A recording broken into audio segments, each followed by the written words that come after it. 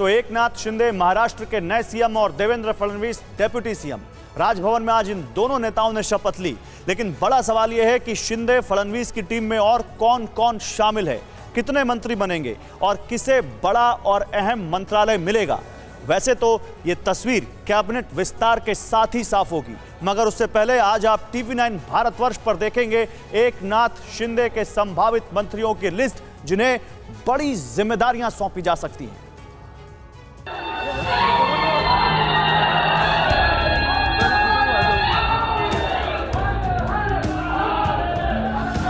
एकनाथ संभाजी शिंदे ईश्वर साक्ष शपथ घेतो की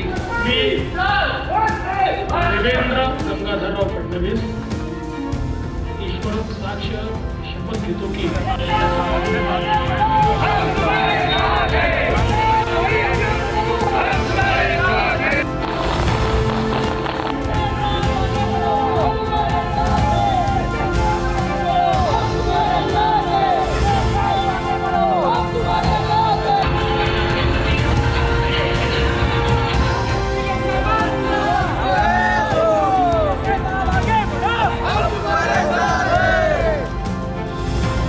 एकनाथ शिंदे महाराष्ट्र की सियासत का वो चेहरा जिसने उद्धव ठाकरे से बगावत की, उद्धव ठाकरे को सीएम पद से इस्तीफा देने पर मजबूर किया।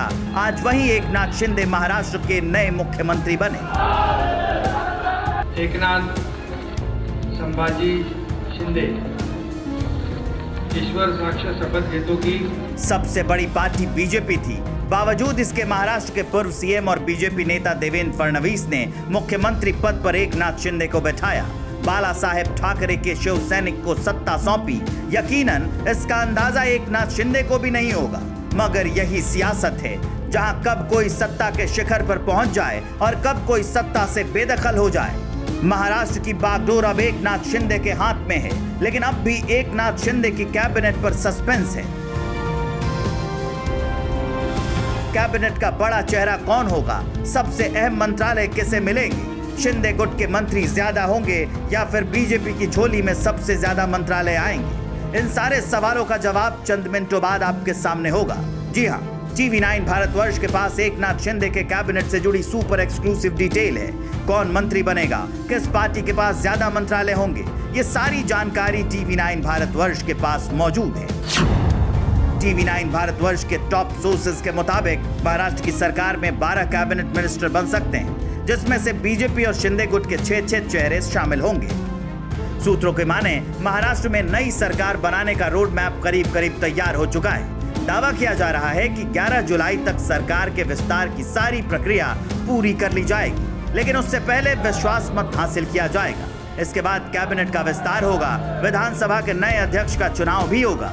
लेकिन अब आपको बताते हैं वो कौन कौन से चेहरे होंगे जिन्हें कैबिनेट में जगह मिल सकती है।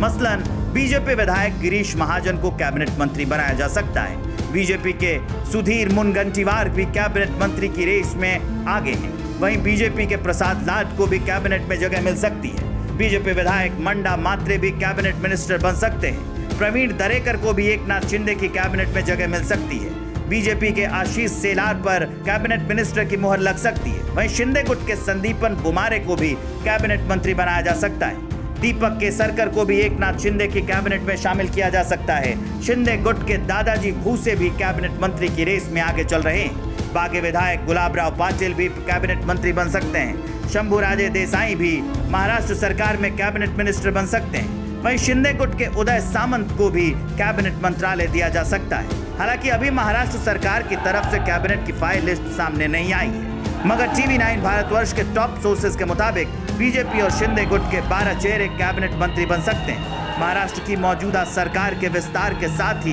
इन्हें अहम मंत्रालय और बड़ी जिम्मेदारी सौंपी जा सकती है। मयूरेश गणपति के साथ ब्यूरो रिपोर्ट टीवी9 भारतवर्ष।